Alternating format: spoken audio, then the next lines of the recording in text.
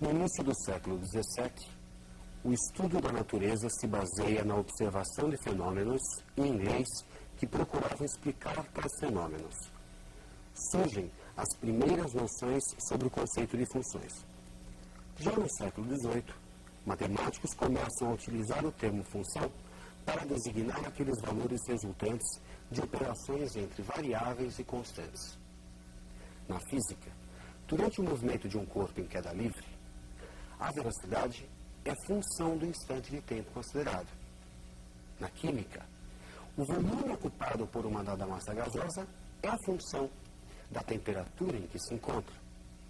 Na economia, o lucro obtido por uma empresa é a função do custo que ela tem na mercadoria. O conhecimento das funções que regem esses fenômenos permite que se façam previsões e correlações entre as variáveis envolvidas. Iniciaremos o estudo das funções analisando os seguintes tópicos.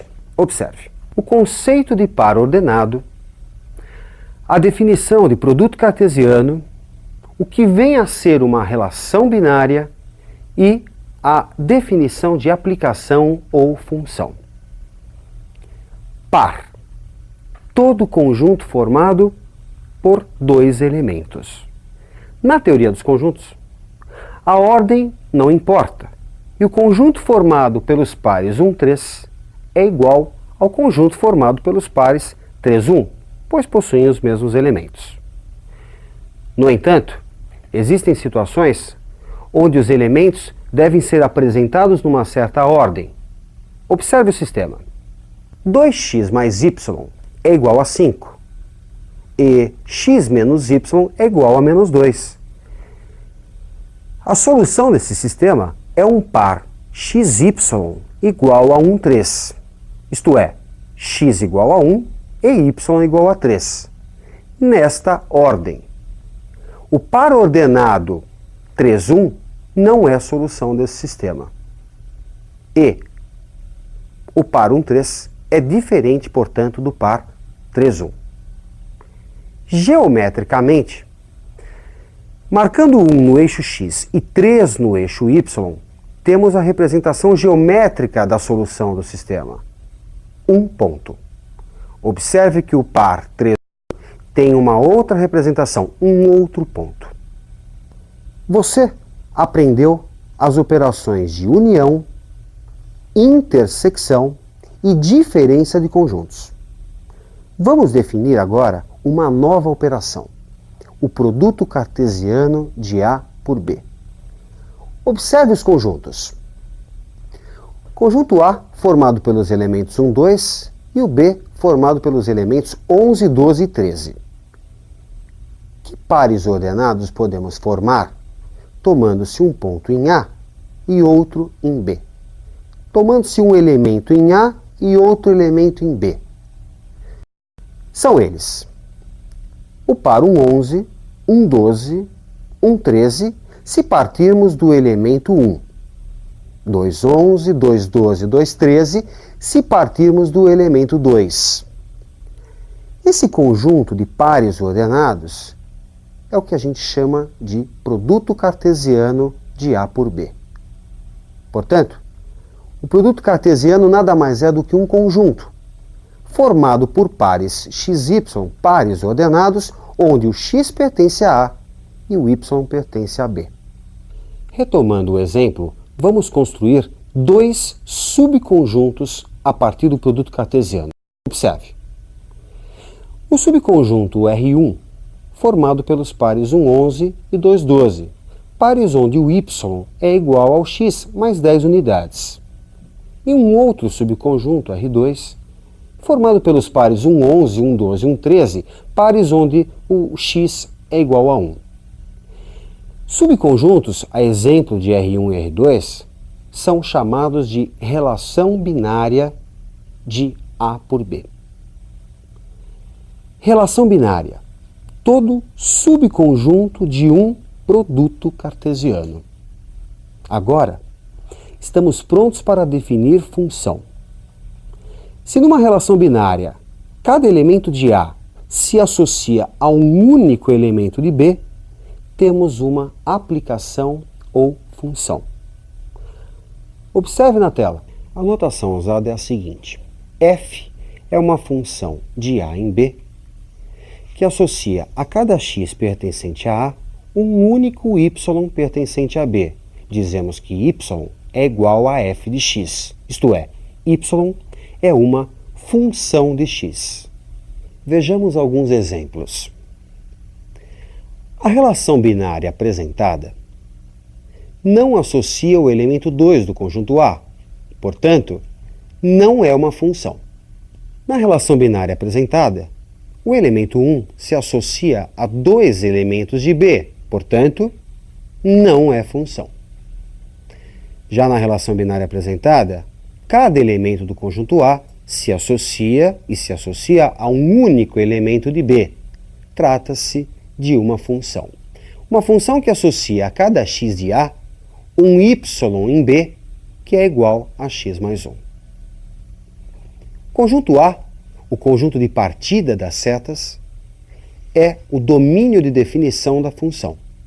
O conjunto B, conjunto de chegada das setas, é o contradomínio de f. Os elementos 2 e 3, que se associaram a elementos de A, formam o conjunto imagem. É o caso do 3, que é a imagem de 2 pela f. Bem, vamos realizar alguns exercícios para ajudá-lo a fixar esses conceitos. Dado os conjuntos A formado pelos elementos 2, 3 e 4 e B formado pelos elementos 1, 2, 3, 4, 5 e 7, determinar a relação binária f formada pelos pares x e y, tal que o y é igual a 2x menos 1. O esquema de flechas para f, o domínio, o contradomínio e o conjunto imagem de f.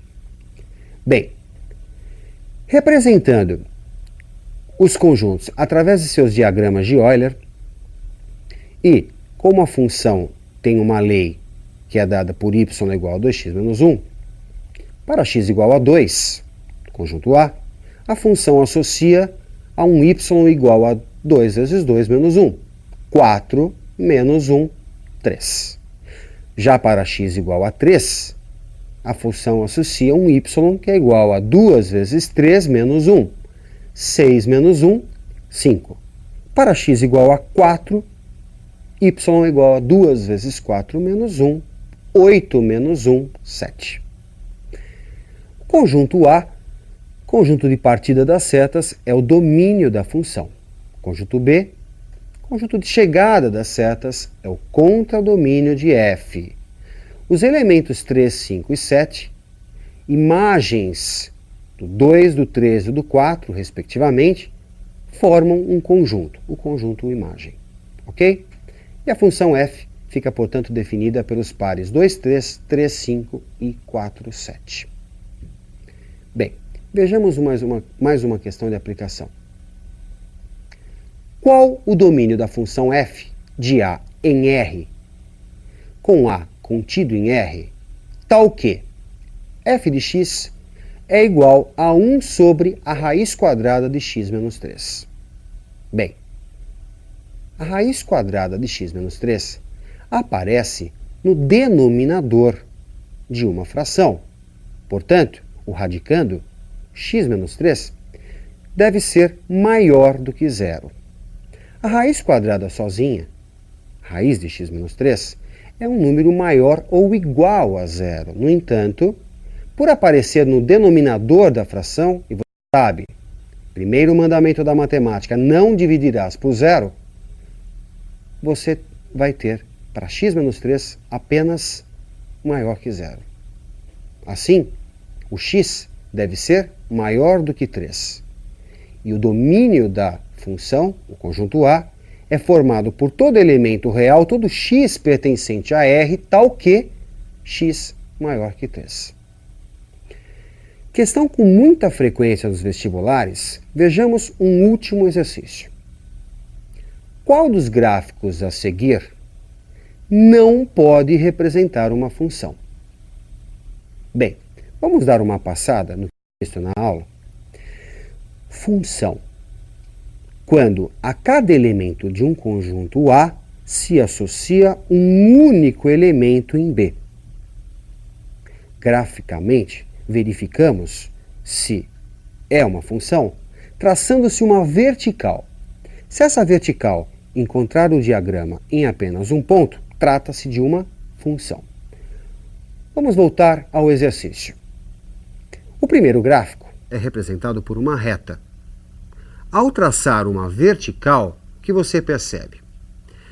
Que ela vai tocar o diagrama, a reta, sempre num ponto.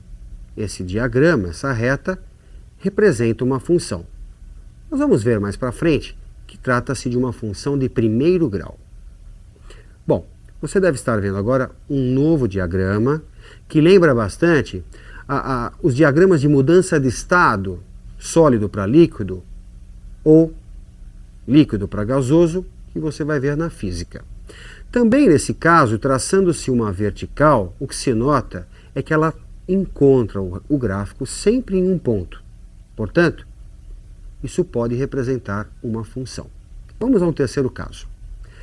Bem, esse gráfico lembra muito uma parábola, só que a concavidade voltada para x. Neste caso, ao traçarmos uma vertical, o que acontece?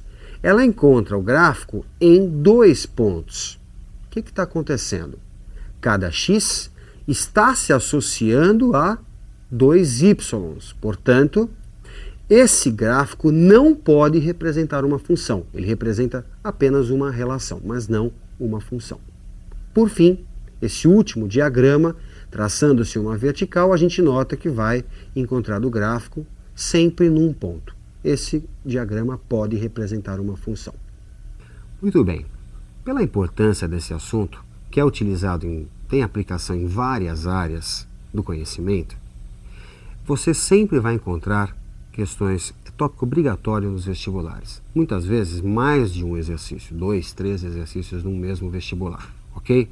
Portanto, treine bastante essa matéria que ainda será assunto de algumas aulas. Bons estudos e até a próxima.